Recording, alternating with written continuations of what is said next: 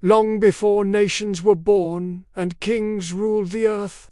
A single voice pierced the silence of history, calling one man to walk an unseen path. A man asked to leave everything he knew, trusting a promise he could not yet see. His name was Abraham. This is the story of faith, obedience, and a covenant that changed history forever. Abraham was born as Abram in the bustling city of Ur of the Chaldees, a place filled with idols and the worship of false gods. It was a world steeped in superstition and man-made deities. Yet, amidst this spiritual darkness, the one true God spoke to him with a powerful and life-altering command. Leave your country, your people, and your father's household, and go to the land I will show you. Think about that for a moment. No map, no clear destination, no 5-year plan, just a voice and a command to go. It was a call to abandon everything familiar, his culture, his family, his security. In exchange, God offered not a detailed itinerary, but a promise.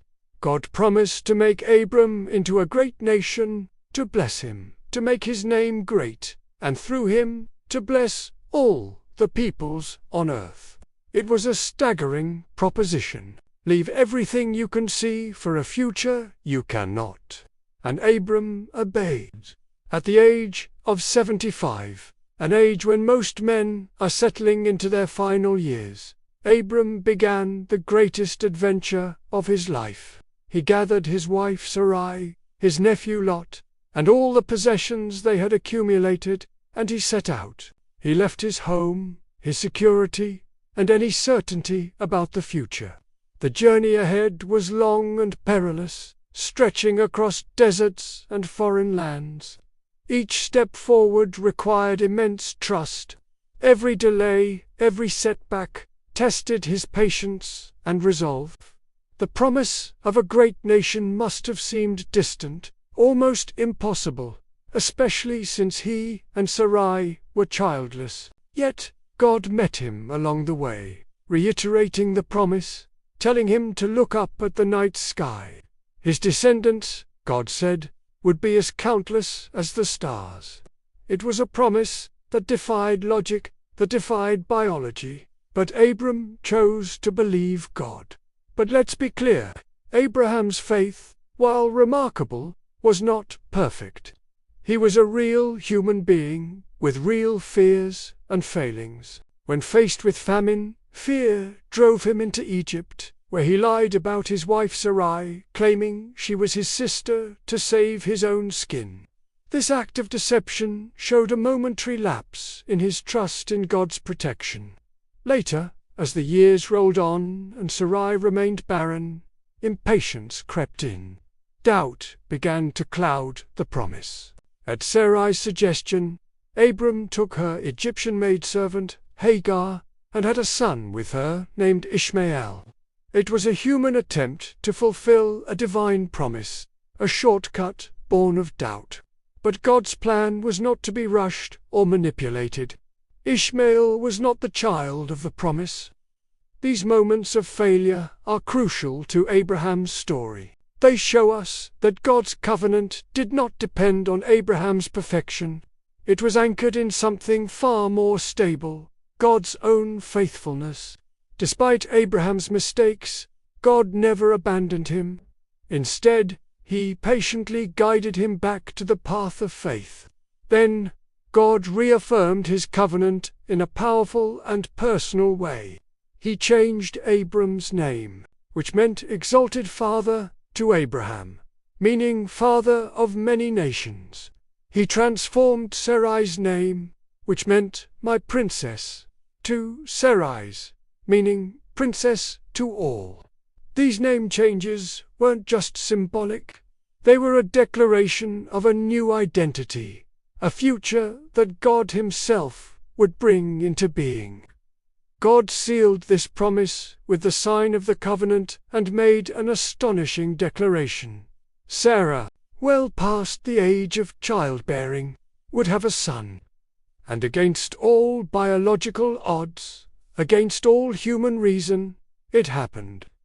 Laughter filled their home as Isaac, the child of promise, was born. The heir had finally arrived. But Abraham's journey of faith was not over. The greatest test was yet to come. After years of waiting for Isaac, after pouring all his love and hope into this miracle child, God spoke again with a heart-stopping command.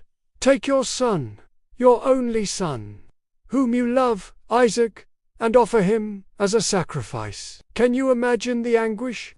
The son he had waited a lifetime for, the very embodiment of God's promise, was now to be taken away by God's own command. The contradiction must have been excruciating.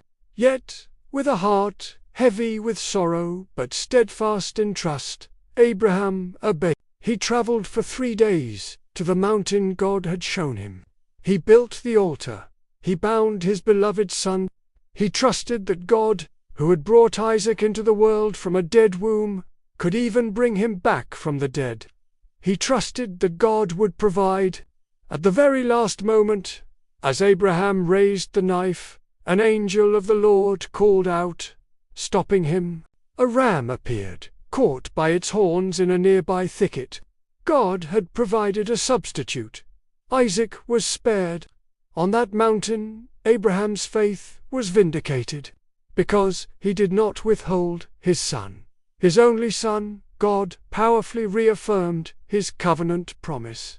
"Through your offspring, all nations on earth will be blessed because you have obeyed me." Abraham's profound act of trust was credited to him as righteousness. Not because he was flawless, but because, when it mattered most, he trusted God completely, even when he couldn't understand. Abraham's life is a powerful testament for all of us. It teaches us that true faith is not about having all the answers or seeing the end of the road. It's about trusting the one who holds the map and controls the outcome. He stepped out of his comfort zone and into the unknown, and in doing so, he became a pivotal figure in human history. His story reminds us that faith often begins where our certainty ends. And it is our trust that allows God to turn incredible promises into an even more incredible destiny. Thanks for watching. If this story inspired you, please like, share, and subscribe for more content that explores the depths of faith.